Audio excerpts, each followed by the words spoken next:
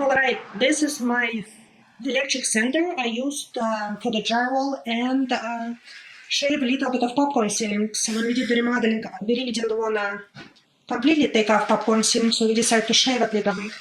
And I use this to shave a little bit popcorn ceilings. Also, I use a sander for the lightly sand the walls. It's pretty long, so you plug it in. Right here, you plug it into the outlet.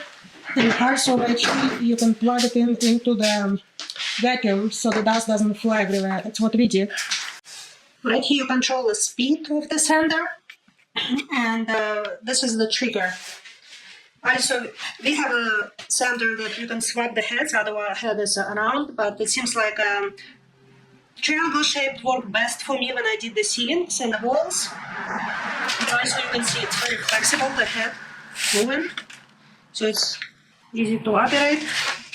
It was fairly easy to use. My only thing as a female operating this was by the end of the day my hands were very tight because I have to lift it up to the ceiling and hold it and sand it and control it, make sure it's going to the right directions. So that was a little bit tricky for me, but overall I think it's a great tool and it saves us a lot of money and time, so we don't have to retexture the ceiling.